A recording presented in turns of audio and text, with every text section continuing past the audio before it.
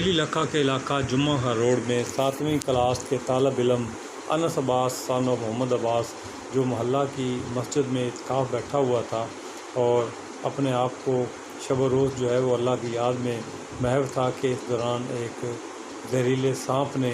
انس کو ڈس لیا، جس سے انس کی طبیعت خراب ہو گئی اور اس کی ڈیتھ ہو گئی۔ اہل علاقہ نے بچے کی اس شہادت کی موت پر جو ہے وہ گہرے دکھ کا اظہار کیا ہے اور اللہ تعالیٰ سے دعا کی ہے کہ ماہ رمضان المبارک کے صدقے